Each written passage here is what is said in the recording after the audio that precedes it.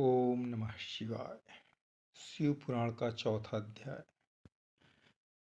चंचुला की शिव कथा सुनने में रुचि और शिवलोक गमन। ब्राह्मण बोले, नारी, तुम सौभाग्यशाली हो जो भगवान शंकर की कृपा से तुमने वैराग्यपूर्ण शिव पुराण की कथा सुनकर समय से अपनी गलती का एहसास कर लिया है। तुम डरो मत और भगवान शिव की शरण में जाओ। उनकी परम कृपा से तुम्हारे सभी पाप नष्ट हो जाएंगे। मैं तुम्हें भगवान शिव की कथा सहित वह मार्ग बताऊंगा जिसके द्वारा तुम्हें सुख देने वाली उत्तम गति प्राप्त होगी। शिव कथा सुनने से तुम्हारी बुद्धि शुद्ध हो गई है और तुम्हें पश्चाताप हुआ है तथा मन में वैराग्य उत्पन्न हुआ है। पश्चाताप ही पाप करने वाले पापियों के लिए सबसे बड़ा प्रायश्चित है। पश्चाताप ही पापों का शोधक है। इससे ही पापों की शुद्धि होती है। सत्पुरुषों के अनुसार पापों की शुद्धि के लिए प्रायश्चित पश्चाताप ही संपन्न होता है। जो मनुष्य अपने कुकर्म के लिए पश्चाताप नहीं करता वह उत्तम गति प्राप्त नहीं करता, परंतु जिसे अपने कुकृत्य पर हार्दिक पश्चाताप होता है वह अवश्य उत्तम गति का भागीदार होता है, इसमें कोई शक नहीं है। शिव पुराण की कथा सुनने से चित्त की शुद्धि एवं मन निर्मल हो जाता है। शुद्ध चित्त में ही भगवान शिव व पार्वती का वास होता है। वह शुद्धात्मा पुरुष सदाशिव के पद को प्राप्त होता है। इस कथा का श्रवण सभी मनुष्यों के लिए कल्याणकारी है, अतः इसकी आराधना व सेवा करनी चाहिए। यह कथा भवबंधन रूपी रोग का नाश करने वाली है। भगवान शिव की कथा सुनकर हृदय में उसका मनन करना चाहिए, इससे चित्त की शुद्धि होती है।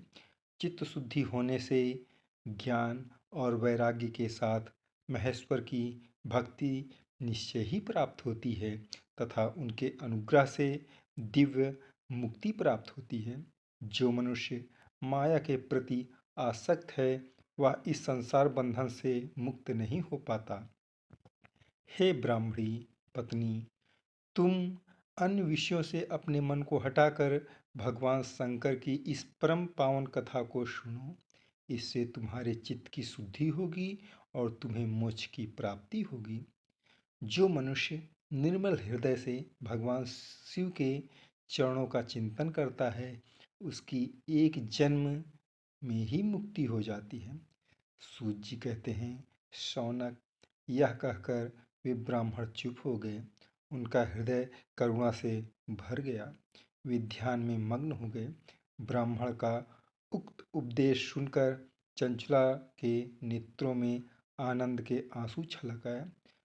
वह हर्ष भरे हृदय से ब्राह्मण देवता के चरणों में गिर गई और हाथ जोड़कर बोली, मैं कृतार्थ हो गई। हे ब्राह्मण, शिव भक्तों में श्रेष्ठ स्वामिन, आप धन्य हैं। आप परमार्थदर्शी हैं और सदा परोपकार में लगे रहते हैं। साधो, मैं नरक के समुद्र में गिर रही हूँ, कृपा कर मेरा उद्धार कीजिए। जिस पौराणिक व अमृत के समान सुंदर शिव पुराण कथा की बात आपने की है उसे सुनकर ही मेरे मन में वैराग्य उत्पन्न हुआ है। उस अमृतमयी शिव पुराण कथा को सुनने के लिए मेरे मन में बड़ी श्रद्धा हो रही है। कृपया आप मुझे उसे सुनाइए। सूत जी कहते हैं, शिव पुराण की कथा सुनने की इच्छा मन में लिए हुए चंचुला उन ब्राह्मण देवता की सेवा में वहीं रहने लगी। उस गोकर्ण नामक महाक्षेत्र में उन ब्राह्मण देवता के मुख से चंचुला शिव पुराण की भक्ति, ज्ञान और वैराग्य बढ़ाने वाली और मुक्ति देने वाली परम उत्तम कथा सुनकर कृतार्थ हुई। उसका चित्त शुद्ध हो गया। वह अपने हृदय में शिव के सगुण रूप का चिंतन करने लगी। वह सदैव शिव के सच्चिदानंदमय स्वरूप का स्मरण करती थी। तत्पश्चात अपना समय पूर्ण होने पर चंचुला ने बिना किसी कष्ट के अपना शरीर त्याग दिया। उसे लेने के लिए एक दिव्य विमान वहां पहुंचा। यह विमान शोभा साधनों से सजा था एवं शिवगणों से सुशोभित था।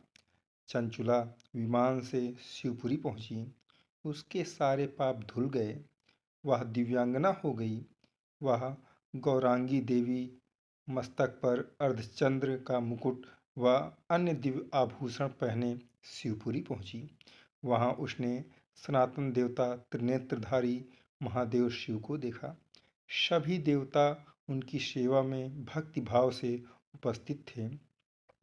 उनकी अंग कांति करोड़ों सूर्य के समान प्रकाशित हो रही थी। 5 मुख और हर मुख में 3-3 नेत्र थे। मस्तक पर अर्धचंद्राकार मुकुट शोभायमान हो रहा था। कंठ में नील चिन्ह था। उनके साथ में देवी गौरी विराजमान थी, जो विद्युत पुंज के समान प्रकाशित हो रही थी। महादेव जी की कांति कपूर के समान गौर थी। उनके शरीर पर श्वेत वस्त्र थे तथा शरीर श्वेत भस्म से युक्त था। इस प्रकार भगवान शिव के परम उज्ज्वल रूप के दर्शन कर चंचुला बहुत प्रसन्न हुई। उसने भगवान को बारंबार प्रणाम किया और हाथ जोड़कर प्रेम, आनंद और संतोष से युक्त हो विनीत भाव से खड़ी हो गई। उसके नेत्रों में आनंदाश्रुओं की धारा बहने लगी। भगवान शंकर व भगवती गौरी उमा ने करुणा के साथ सौम्य दृष्टि से देखकर चंचुला को अपने पास बुलाया। गौरी उमा ने उसे प्रेम पूर्वक अपनी सखी बना लिया। चंचुला सुखपूर्वक भगवान शिव के धाम में उमा देवी की सखी के रूप में निवास करने लगी। प्रेम से बोलिए ओम नमः शिवाय। जय भोलेनाथ।